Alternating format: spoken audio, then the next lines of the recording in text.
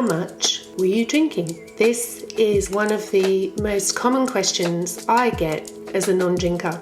This is the Alcohol-Free Lifestyle podcast, and this is Sarah Connelly, one of the coaches in the Alcohol-Free Lifestyle program.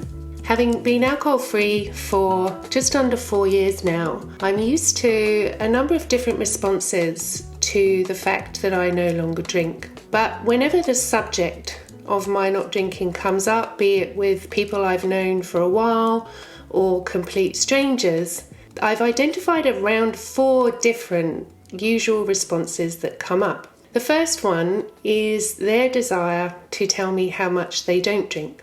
This is usually told to me while they're drinking and goes along the lines of something like, no, I'm not a big drinker. I'm not somebody who drinks a great deal, only on weekends, really. And I get the full story, which is fine. The second response is, why? Why? And then swiftly followed by a huge apology because they suddenly wonder if I've got some big dark secret or some big problem that I'd be embarrassed to share, and they usually disappear quite quickly. The third response, which is probably less common now than it was a few years ago, is the "what the hell is wrong with you? Are you pregnant, sick, driving? God, I could not imagine not drinking. I've thought about it, I've given it some thought, I've done a month, but I just love a drink, it's what you do, isn't it? Everybody does it. I'm not a binge drinker, me. I just drink on special occasions or on the evening, after a hard day. It relaxes me, and so on and so on and so on. That's the ones that I usually disappear quite quickly from. And then finally, we have the response, which is the one that I'm going to talk about today, which is, wow, how much were you drinking? That is the loaded question, the $1 million question. Actually, I would like to add that there is one other response that comes up more and more frequently now when I tell people that I don't drink, and that is, good on you. So we are making progress. But today, I thought I'd talk about how much is too much.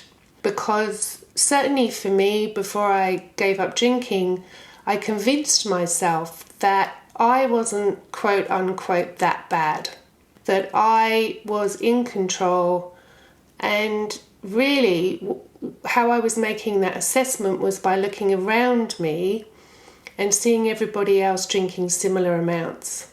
And so I persuaded myself for a really long time that I didn't have a problem, even though internally there was this big struggle that had been going on for years about how I knew deep down that alcohol was harming me mentally, physically, emotionally, productivity-wise, pretty much on every level. But I was stuck in this mindset that I had to be really, really bad in order to initiate some kind of positive change. So let's look at this. I actually dove into how much I was drinking after about 3 years because people kept asking and I actually didn't really know the answer. But those people were also looking for reference points. They were looking for some kind of benchmark, so that if they drank less than I was drinking, then they could feel okay about themselves. And in the case that they may have discovered that they were drinking more than me at my worst, there was an opportunity to reinforce the denial and create some sort of story that meant that the rules didn't apply to them. But ultimately, in my opinion and my experience, this is a really pointless question because firstly, both parties in this dialogue will often lie, either to the person that's asking the question or to themselves. And I say this because I did it. And secondly, the amount really does not mean anything to anybody but you. If it's causing a problem for you, that's all that's important. The amount has nothing to do with it. It's now been nearly 3.5 years since I quit drinking. And as I said, I've not yet answered this question with a specific amount, not because of any shame, but because I figured that my too much is different to everyone else's. So did it really have a purpose? The reason that I did it in the end was out of curiosity. And when I shared this information with other people in my life, they found it helpful. Hence why I'm sharing it on this podcast today. As I said earlier, I made excuses for far too long that my drinking wasn't bad enough to stop. So when I eventually quit, I decided not to feed into the narrative that there's a definitive line in the sand where one should stop. And I took the line too much for me, if anybody ever asked. But what if you're curious now? What if you're curious and on the verge of questioning your drinking, but you're still not quite sure? I can assure you on that note that Google is not your friend. So I went and searched on that very question, and the out-of-date information that came up, the top Google result was the National Institute on Alcohol Abuse and Alcoholism. And it tells us that drinking is considered to be in moderate or low risk range for women at no more than 3 drinks in any one day and no more than 7 drinks in a week. And for men, it's no more than 4 drinks a day and no more than 14 drinks per week. There's nowhere that it specifies what a drink entails, and no drinker would ever ask that question because it leaves a lot of wiggle room. For me, back in the day, I would consider a drink a 250 ml. I guess that's an 8-ounce glass of wine. And if someone said I could have 3 of those a day, happy days. So to get more specific, I needed to dive in a little further, and I went to the Alcohol and Drug Foundation. Now they told me this: to reduce the risk of harm from alcohol-related disease or injury for healthy men and women, drink no more than 10 standard drinks a week and no more than 4 standard drinks on any one day. Again, there's a little wiggle room here. I mean, how do we define healthy? Is it simply being alive? And what is harm? A headache? I'm being a bit facetious here, but the fact is we will find out what we want to find out. We will seek out what we want to read. We will Google things like, is red wine healthy? And a numerous number of results will pop up. So it's interesting to see how a lot of these messages can be transformed into us seeing what we want to see and hearing what we want to hear. So here we go. The detail, a real life case study. This is me. I'm a reasonably healthy woman. I'm 49 years old now. I was 46 when I stopped drinking. And I did an interesting questionnaire on the Alcohol Drug Foundation website. It asked me what I was drinking and how it affected me prior to me giving up. As it turns out, no surprises, I was a high-risk drinker. And what I thought was an average and acceptable amount based on my reference points, which was all the people that I was spending my time with, I thought that I was drinking responsibly, like a healthy grown-up. Mainly because I never really felt totally out of control. I could always hold a conversation. I was not a messy drunk. I never fell out of taxis or had any major injuries. But looking at the amount now, I realise that I was a high-risk drinker with what I thought was responsible drinking. The truth is that 12 months before I gave up, I was drinking 30 or more standard drinks a week. That worked out for me at around 7 glasses of wine a week. So let's say 1 glass of wine a night. And let's say that glass of wine was probably more like 2 standard drinks. So let's say 14. And I added 2 bottles of wine over the weekend, which equates to about 15.5 standard drinks. So I'm just under 30 standard drinks a week. And in the spirit of being completely honest, some weekends this would probably double. So let's say there were occasions when I would be drinking 50 or upwards units of alcohol in a week. That's actually pretty scary. According to the National Health Guidelines, I was drinking over 4 times the amount that they recommend. I don't want to say recommend, but that they give as a guideline to avoid the risk of all the horrific diseases and associated risks referred to as harm that alcohol causes.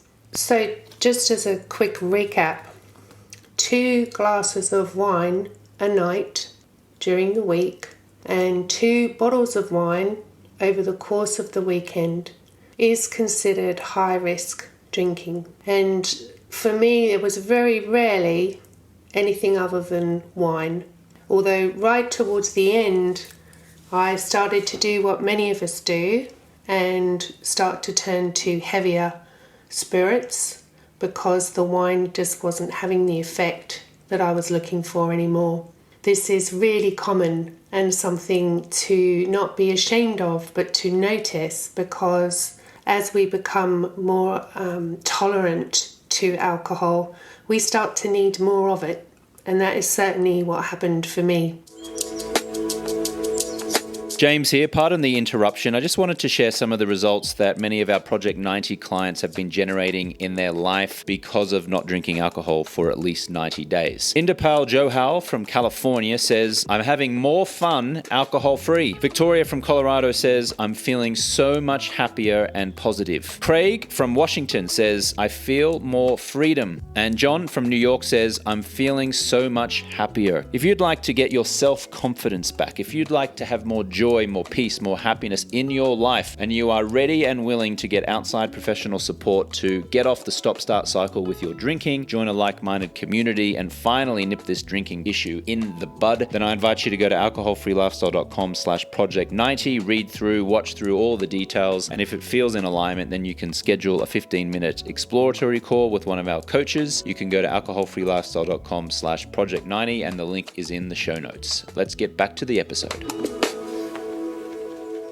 I don't think my case study is necessarily unusual, especially not now as I work with so many people who have a similar story. What I also know is that scare tactics don't work. However, I'm going to add a few in here just for your information. If you really want to know what harm alcohol does to the body and the mind, then that's an easy Google search. But this is something that I found really interesting. A standard drink of alcohol is 10 grams. I think that's about, what's my American conversion? 10 grams would be maybe 0.1 of an ounce. I'm hopeless with that. Apologies to the American audience.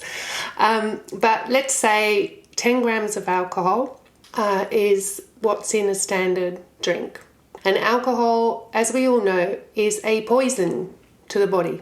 It's a highly addictive substance, and yet it's delivered to us in beautiful, colourful packaging. And the substance itself, because it tastes so disgusting, is masked with highly sophisticated flavours. And then we layer on top of that some really cool advertising, some attractive people showing us how our lives would be so much better if we had that bottle of wine in our hand, and all the messaging that tells us that we need to have this substance in order to have fun, to relax, to make our dinner, to go to sleep, to celebrate, to commiserate. Pretty much every possible occasion in life, even kids' birthday parties, will be made so much better if only we had that glass of delicious poison. Now, we also have to tag on the end the other message that we get from the insightful government advertising, which is to drink responsibly. I wish it would say drink your poison responsibly, or drink your addictive substance responsibly, because that would take away the shame and the understanding or belief that it's possible to drink responsibly. Ultimately, it is not possible to drink an addictive substance over a certain period of time with any sense of responsibility, because it's the first thing that it takes away. So a standard drink being around 10 grams of alcohol, and the lethal dose of alcohol, as in the dose that will end your days on this planet, is 5 to 8 grams per kilogram. So a 60 kilogram person will die with 300 grams of alcohol, which is equal to 30 standard drinks. That's about a litre of spirits or 4 bottles of wine. Basically, what I was drinking a week for many, many years. Of course, no one's going to drink pure alcohol, but if they drank a litre of pure alcohol, they would be dead. Now, 3.5 years ago, I was slowly, unwittingly shortening my life, all in the name of fun, taste, relaxation, connection, and I got to the stage where I really felt like that was enough. Alcohol was taking more from me than it was giving. I hadn't lost my job or my husband or had any major accidents or any health issues, but I realised that it was slowly sapping the life out of me, and I realised that I wanted so much more for my life. I wanted to feel fit and vital and full of zest and energy. I wanted to believe that one day I could be the mother of the groom. I've got 2 beautiful young boys, maybe even a grandma. There's so many things that I wanted to achieve in my life, and I didn't want to lose any more time. And the truth is, I've not felt this fulfilled for so many years, and I attribute this in a large part to removing alcohol from my life. Looking back, when I was drinking, I was a liar. And when I was a drinker, my reference point for someone with a problem was the guy sleeping on a cardboard box on the street with a bottle of meths in a paper bag. This is absolutely not true. There are so many people out there questioning their relationship to alcohol, but not feeling like it's bad enough. I hope that you've discovered in this podcast that it doesn't matter how much you're drinking. What matters is whether it's a problem for you. Is it causing problems in your life? Is it holding you back? Is it taking away your vitality, your intelligence, your ability to respond, your emotions?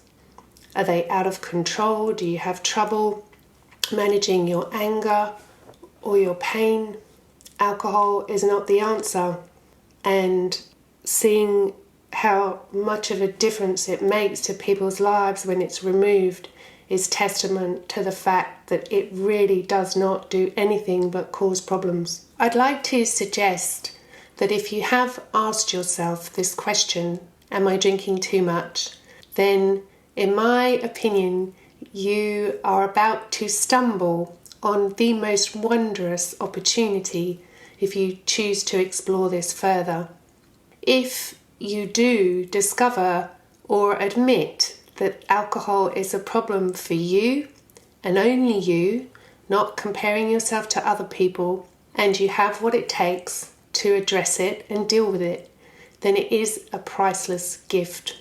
Because as you take the journey to removing alcohol from your life, you not only remove a toxic substance that's been holding you back, but you also open the door to numerous opportunities for you to learn and grow as a human being, opportunities to connect with different people that you may never have thought you would connect with before, opportunities to really dig in and see what it is that you're capable of, your full potential. What is it that you have to offer the world? When we're drinking, I feel like we're small, we're contracted, we live in this really small bubble where everything revolves around when we're drinking, what we're drinking, who we're drinking with, how often we're drinking, how much we're allowed to have, and the internal dialogue and negotiation is relentless. When we remove that, we go through a stage of inquiry and discovery, and we do it with an increasing clarity of mind and better judgment and more presence to everyday joys. It's not easy, it takes time.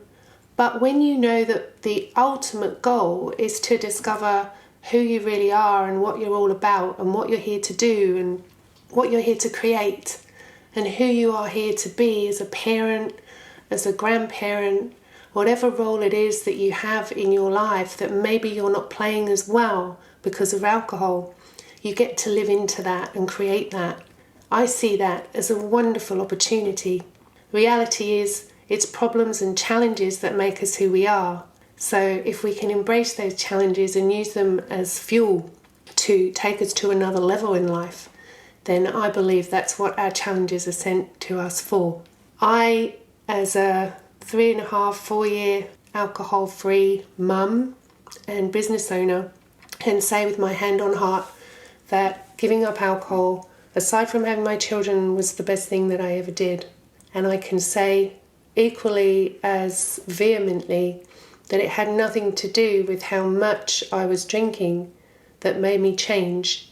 It was so much more than that. The catalyst for the change came from realising that drinking wasn't serving me and that it was too much for me. But as a result of me asking that question, I discovered so many more important questions. What do I want from my life? Who do I want to be? How do I want to feel? What do I want to achieve? What can I discover that's possible that I don't know? And most importantly, who am I without alcohol? That's something that I'm still figuring out. I'd like to thank you so much for listening to this podcast. This is Sarah Connelly, one of the coaches in the Alcohol-Free Lifestyle Program. Hi there, this is James Swanwick. Thank you so much for listening to the show. I would be so grateful if you would leave a review. That will help us climb the rankings and get our show exposed to so many more people who could really benefit from the content. You can do that by going into Apple Podcasts, rating the show, writing a little 1-sentence summary, and posting it. That would be so amazing. Thank you. Likewise, if you would like to schedule a 15-minute exploratory call and apply for our Project 90 program, then you can do so by going to alcoholfreelifestyle.com/project90. If you'd like to get the free guide, that is the Alcohol Freedom Formula Guide, you can go to alcoholfreelifestyle.com/guide. Our YouTube channel is at alcoholfreelifestyle.com/YouTube. You can follow me on Instagram and TikTok at James Swanwick. Thank you so much for listening. We so appreciate you, and we'll catch you on the next one.